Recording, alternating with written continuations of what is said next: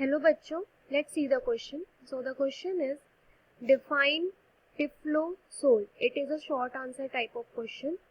So let's see what will be the key concept used here in this question. So the key concept. तो की concept में हम देखेंगे कि typhlosole हमको कहाँ मिलता है और ये होता क्या है. तो टिफ्लोसोल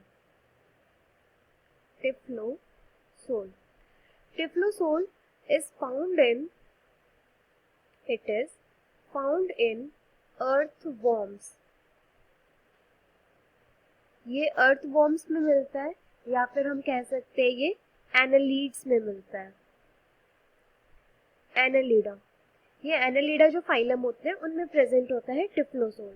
और ये होता क्या है आखिरकार, ये कहाँ पाया जाता है अर्थवॉर्म में? अर्थवॉर्म में ये पाया जाता है इंटेस्टाइन में. तो ये इंटेस्टाइन की जो इनर वॉल होती है वो जब फोल्ड हो जाती है, वो एकदम से जैसे विलाई लाइक स्ट्रक्चर होती है, तो वैसे ही वो अंदर जो इनर वॉल होती है इंटेस्टाइन की वो फोल्ड हो जाती है और एक स्ट्रक्चर फॉर्म करती है जिसको हम कह देते हैं टिफ्लोसोल. तो it is made up of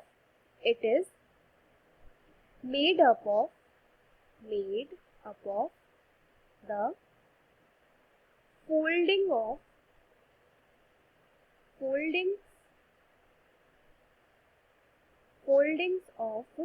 the inner wall of intestine. जो इंटेस्टाइन होती है अर्थवॉर्म या एनालीड्स में, उनकी जो इनर वॉल होती है इंटेस्टाइन की वो आपस में ऐसे फोल्ड हो जाती है और उस फोल्डिंग के वजह से क्या होता है, इंक्रीज कर देते हैं एब्जॉर्प्शन सरफेस एरिया. तो इसके वजह से क्या हो जाता है, surface area is increased, surface area for the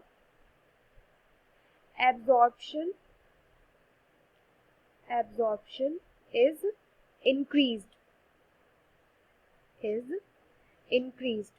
तो यहाँ पर जो एनिमल है उसके पास काफी ज्यादा सरफेस एरिया हो जाएगी कि वो एब्जॉर्ब कर सके न्यूट्रिएंट्स को. तो फिर यहाँ पर इसका फंक्शन जस्ट लाइक विलाई होता है. जैसे कि ह्यूमंस में हम देखेंगे कि वहाँ विलाई हमको मिलती है, वैसे ही विलाई जैसे ही हम मान सकते हैं कि इसका फंक्शन होता है अर्थवॉर्म में टिफ्लोसोल का. तो यहाँ पर ये भी इंटेस्टाइन में सरफेस एरिया इंक्रीज कर रही है एब्जॉर्प्शन के लिए, और जिसकी वजह से जो एब्जॉर्प्शन होता है, एब्जॉर्प्शन बिकम्स एफिशिएंट.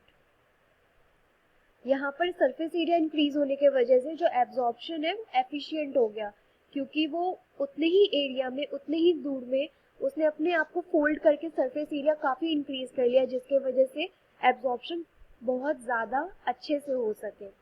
तो इसीलिए हमारा ये टिफ्लोसोल यहाँ पे प्रेजेंट होता है इंटेस्टाइन में. तो hope you understood it well. Best of luck.